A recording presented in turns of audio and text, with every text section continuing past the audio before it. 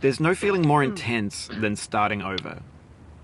If you deleted your homework the day before it was due, as I have, or if you left your wallet at home and you have to go back after spending an hour in the commute.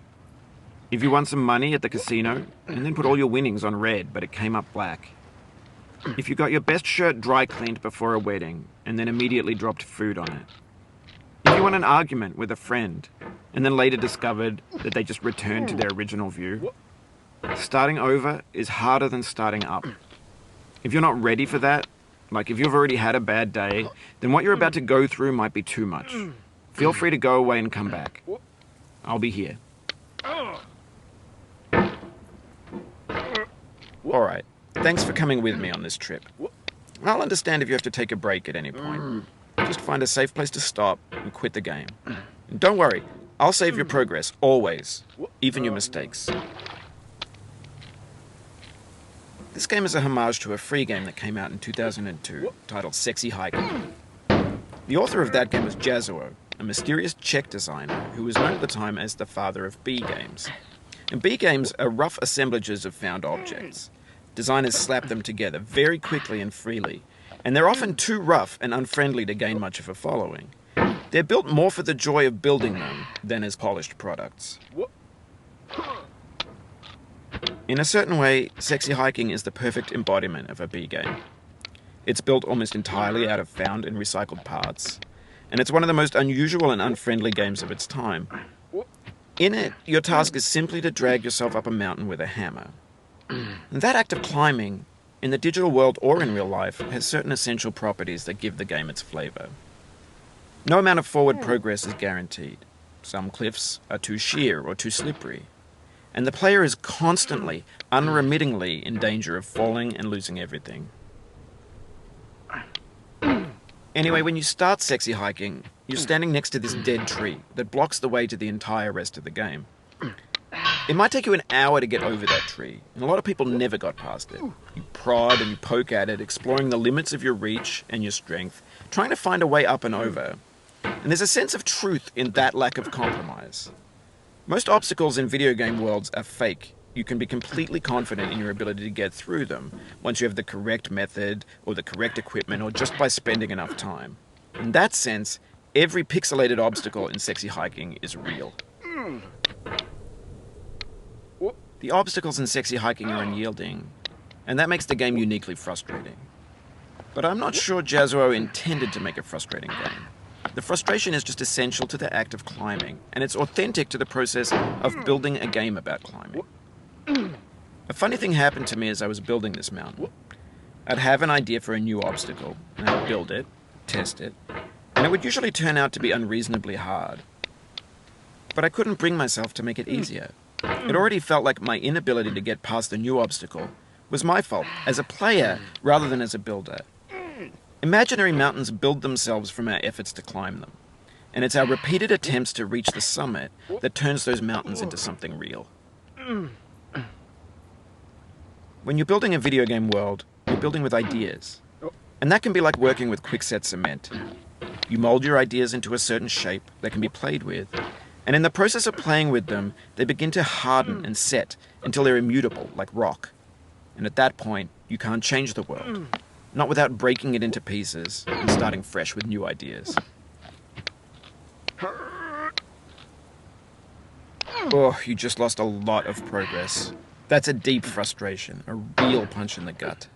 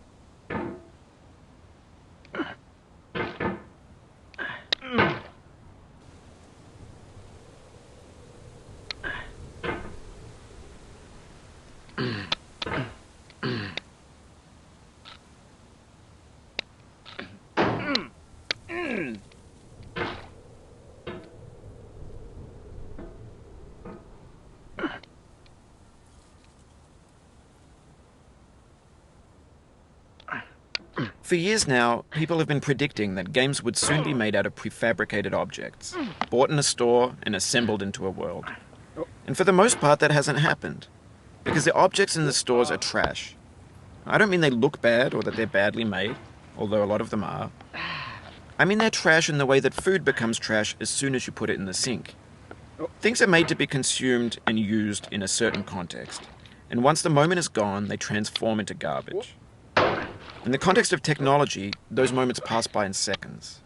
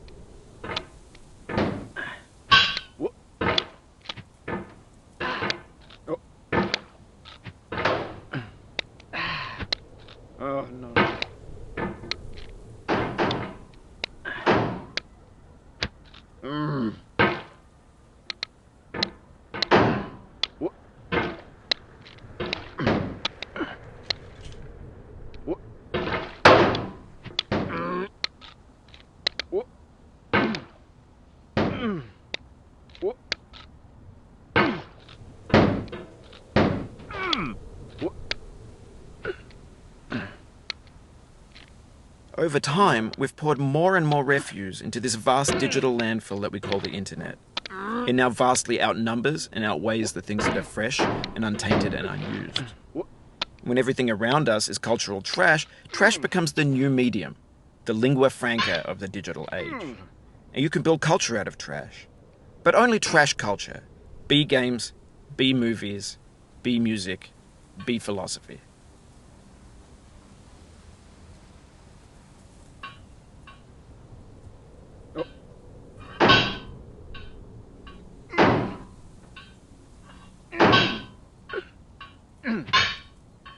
Maybe this is what digital culture is. A monstrous mountain of trash, the ash heap of creativity's fountain. A landfill with everything we ever thought of in it. Grand, infinite, and unsorted.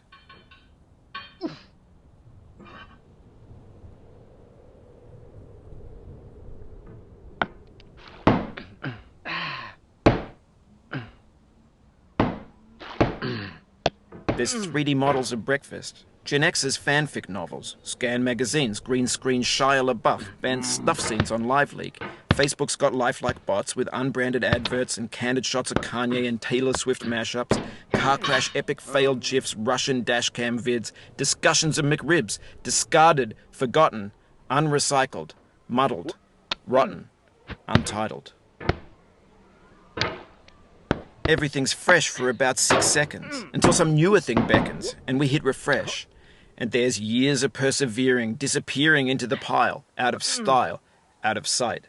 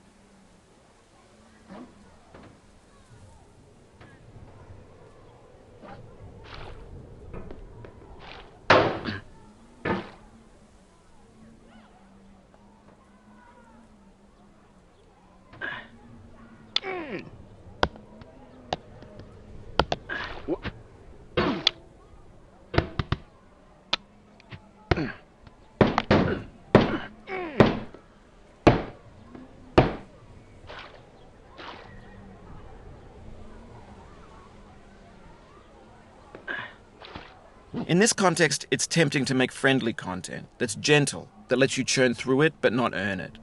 Why make something demanding if it just gets piled up in the landfill, filed in with the bland things?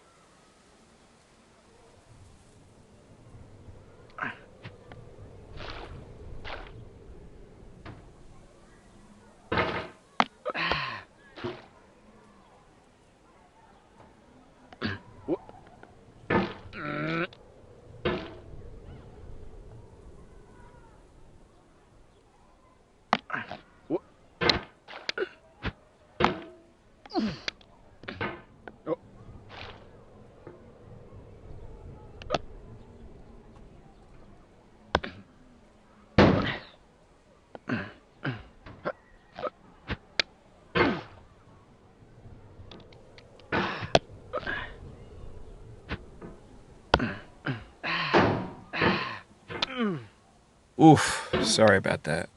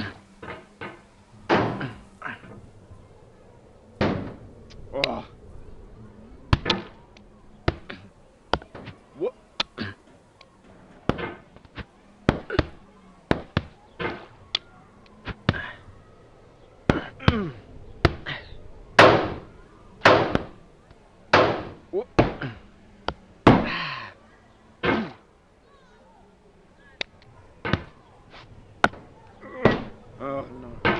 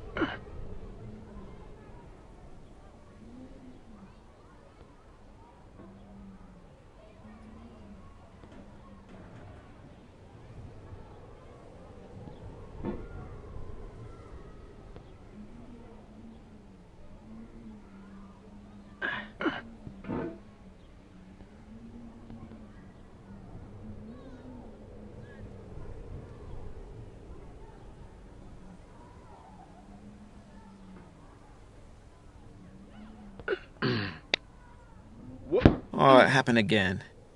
Keep on trying. Don't let it get to you.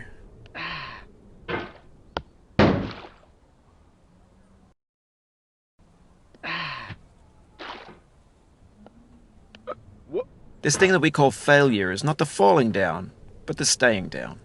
Mary Pickford.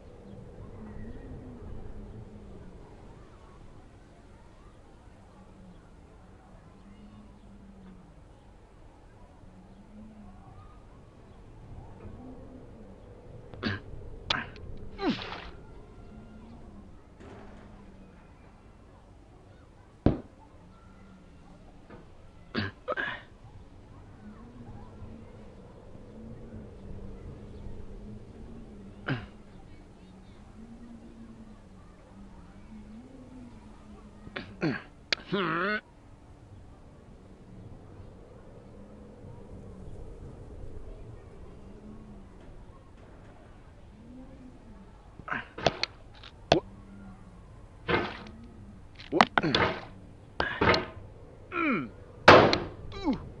soul would have no rainbow, had the eyes no tears. John Vance Cheney.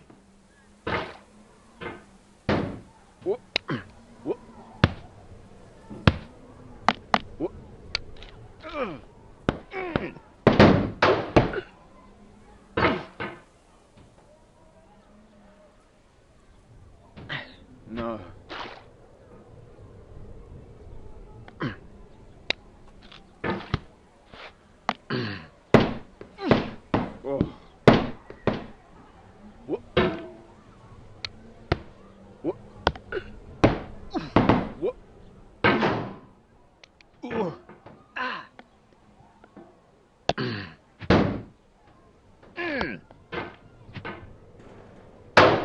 No.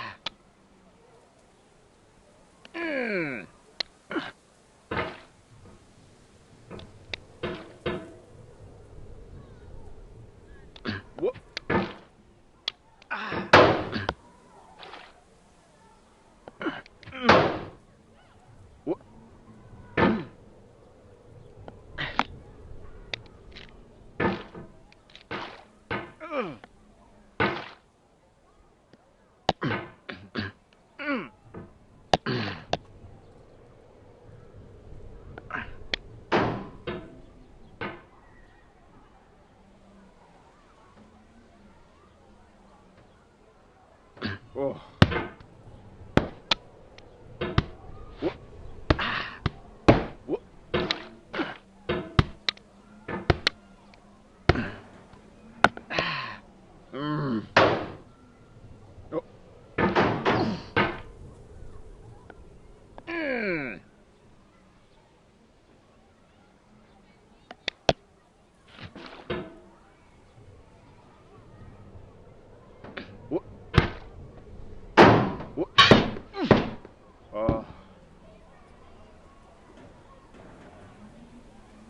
The pain I feel now is the happiness I had before.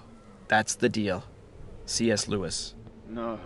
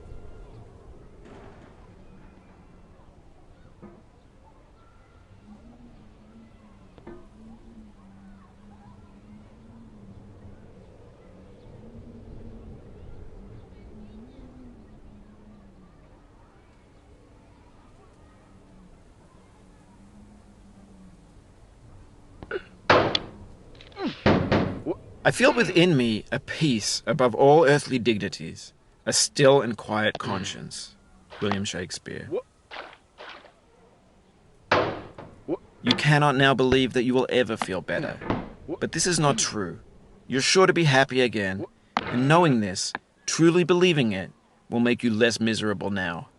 Abraham Lincoln.